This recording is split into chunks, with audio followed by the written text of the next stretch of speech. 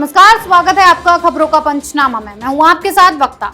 हम लेकर आए हैं देश और दुनिया की 5 बड़ी खबरें, जिस पर चर्चा के लिए हमारे साथ स्टूडियो में मौजूद हैं कैपिटल टीवी के editor in chief doctor Manish Kumar ji. Doctor साहब, आपका बहुत बहुत स्वागत है। धन्यवाद। सबसे पहले नजर डालते हैं आज की हेडलाइंस पर। बंगाल के दंगल में ममता की पार्टी जीती, लेकिन खुद ममता हारी। 2016 के मुकाबले बीजेपी का शानदार प्रदर्शन। 5 राज्यों के चुनावी नतीजों में कांग्रेस का बुरा हाल। पश्चिम बंगाल में खाता भी नहीं खोल पाए। केरल, पुडुचेरी में भी करारी हार। कोरोना का विकराल रूप। भारत में पिछले 24 घंटे में दुनिया के 50 देशों से भी ज्यादा केस। पीएम मोदी ने की हाई लेवल मीटिंग।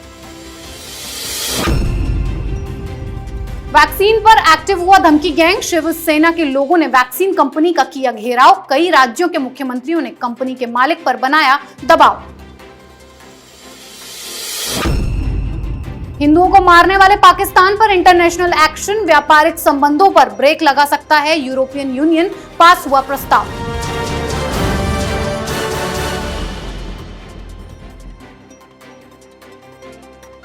पहली खबर बंगाल के नतीजों से, और खबर यह है कि बंगाल में खेला करने वाली ममता बनर्जी के साथ ही खेला हो गया। ममता की पार्टी तृणमूल कांग्रेस तो बंगाल में जीत गई, पर खुद ममता बनर्जी नंदीग्राम सीट से हार गई। खबर हैरान करने वाली है, पर यही सच है। डॉक्टर साहब, जनता ने तो दीदी के साथ ही खेला कर दिया। देखिए, ममता बनर्जी खुद अपनी सीट हार चुकी है, लेकिन ममता बनर्जी के क्रेडिट में ये तो कहना पड़ेगा कि उन्होंने एक ऐतिहासिक जीत दर्ज की है इस चुनाव में। तीसरी बार चुन के वापस आ जाना ये कोई आसान काम नहीं है, लेकिन इसकी विश्लेषण, इसकी चर्चा आगे आने वाले दिनों में होगी, जब भारतीय जनता पार्टी आपस में ये तय करेंगे कि किन वजहों से वो चुनाव हारे हैं। हम लोग ग्राउंड पे थे, हम लोग नंदीग्राम भी गए। वहाँ का जो माहौल था, जब मुख्यमंत्री खुद वहाँ पे इस तरीके से हार रही थी, तो सारे लोगों को लगा था कि ऐसा होगा कि बंगाल में यही कमोबेश माहौल होना चाहिए। लेकिन जो नतीजे आए हैं वो वाकई चौंकाने वाले हैं। किसी भी एग्जिट पोल या सर्वे की भविष्यवाणी वो सही साबित नहीं हुई। किसी ने ये नहीं सोचा था कि भारतीय जनता पार्टी वो 78 सीट के ऊपर जाकर के फंस जाएगी और तृणमूल कांग्रेस 200 का आंकड़ा पार कर लेगी। ये सब के सब जितने भी जो सेफोलॉजिस्ट थे वो फेल हुए। हम लोग भी अपने आकलन में फेल हुए, लेकिन इसका जो साफ साफ जो नज़र आ रहा है शुरुआती जो काउंटिंग के जरिए, वो साफ लग रहा है कि कांग्रेस पार्टी और वामपंथी दल, जिनको पिछले बार 70 सीटें आई थी और उनका एक अच्छा खासा वोट परसेंटेज भी था मुस्लिम इलाकों में, वो सब पूरी तरीके से धाराशायी हो गया। कांग्रेस पार्टी, लेफ्ट शायद खाता भी नहीं खोल पाए, और ये जो सारा जो मुस्लिम कंसोलिडेशन का जो पूरा खेल हुआ, उस वजह से भारतीय जनता पार्टी को हार का मुंह देखना पड़ा है। जी डॉक्टर साहब, अगली खबर 5 राज्यों के चुनावी नतीजों की। आज बंगाल, असम, केरल, तमिलनाडु, पुडुचेरी में चुनावी नतीजे आए। हर जगह के चुनावी नतीजे वैसे तो अलग अलग हैं, जैसे बंगाल में टीएमसी, असम और पुडुचेरी में बीजेपी, तमिलनाडु में डीएमके और केरल में लेफ्ट की सरकार बनती हुई दिख रही है। पर एक बात हर नतीजे में साफ है कि 2021 के चुनाव में कांग्रेस का जैसे सफाया ही हो गया है।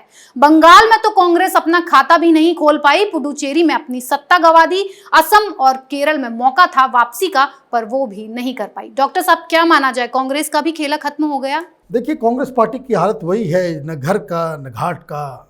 राहुल गांधी के नेतृत्व में कांग्रेस पार्टी लगातार रसातल की ओर अग्रसर है, और वो इसलिए है क्योंकि आप न सिर्फ चुनाव हार रहे हैं, बल्कि आप अपने समर्थन बेस को भी आप खो रहे हैं।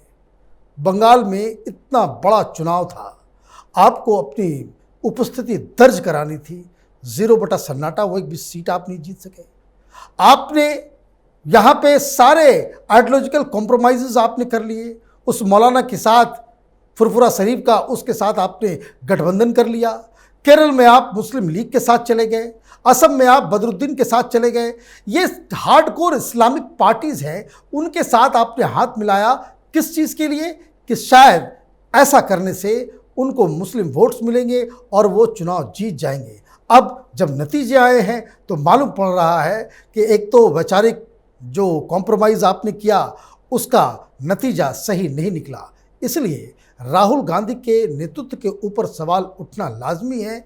जो 23 वरिष्ठ लीडर कांग्रेस पार्टी के जिन चीज़ों को वो बता रहे थे, जिन चीज़ों के ऊपर वो सवाल उठा रहे थे, अब ऐसा लगता है कि उनकी बात सच साबित होती नजर आ रही है। जी डॉक्टर साहब, अब खबर कोरोना संकट से जुड़ी हुई है। भारत में कोरोना संक्रमितों का आंकड़ा लगातार रिकॉर्ड तोड़ रहा है। 24 घंटे में 3,92,000 नए केस सामने आए हैं, जबकि 3,684 मरीजों ने दम तोड़ दिया। भारत में आंकड़ों की स्थिति इतनी खराब हो गई है कि यहां 24 घंटे में दुनिया के 50 देशों में ज्यादा केस सामने आ रहे हैं। 50 देशों में 24 घंटे में 3,91,000 नए केस दर्ज किए गए हैं। लगातार बिगड़ती स्थिति को लेकर मोदी सरकार एक्शन में है। इस मुद्दे पर प्रधानमंत्री ने एक हाई लेवल मीटिंग की। बैठक में कोरोना के हालात और ऑक्सीजन दवाओं को लेकर गंभीर चर्चा भी हुई। डॉक्टर साहब, कोरोना को लेकर कुछ बड़े फैसले लेने की जरूरत है?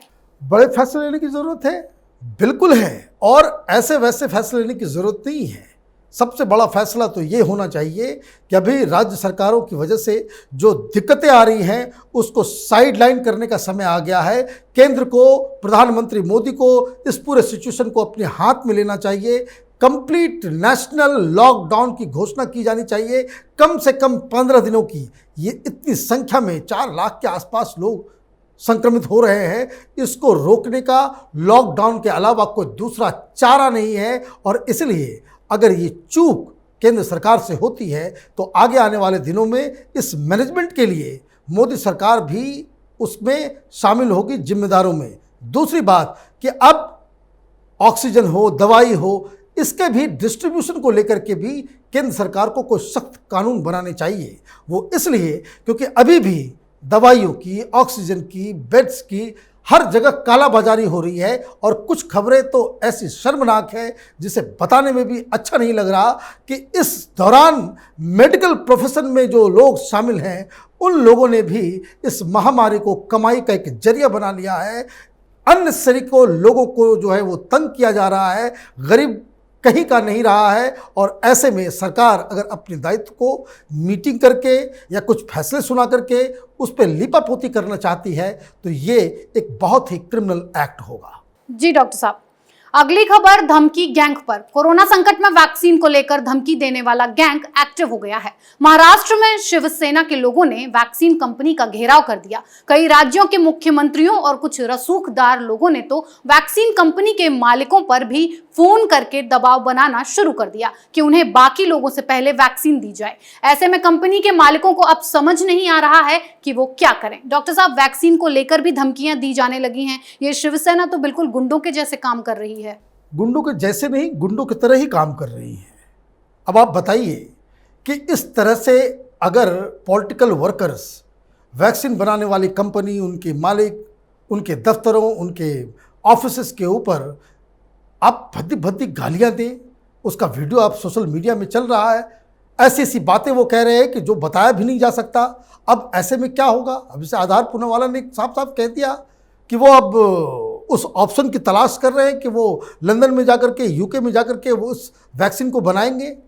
अब ये सारी चीज़ें हो रही है और केंद्र सरकार चुप है। दिक्कत ये है कि हमको मालूम है कि देश के अंदर में पॉलिटिकल पार्टीज इस आपदा के ऊपर राजनीति कर रही है, लेकिन सरकार क्या कर रही है, केंद्र सरकार क्या कर रही है, ये लोग जानना चाहते हैं। क्या इस तरह की गंदी राजनीति के ऊपर लगाम लगाने के लिए सरकार ने कोई कदम उठाया? ऐसे तो हम अचानक से डिमोनेटाइजेशन की घोषणा कर देते हैं।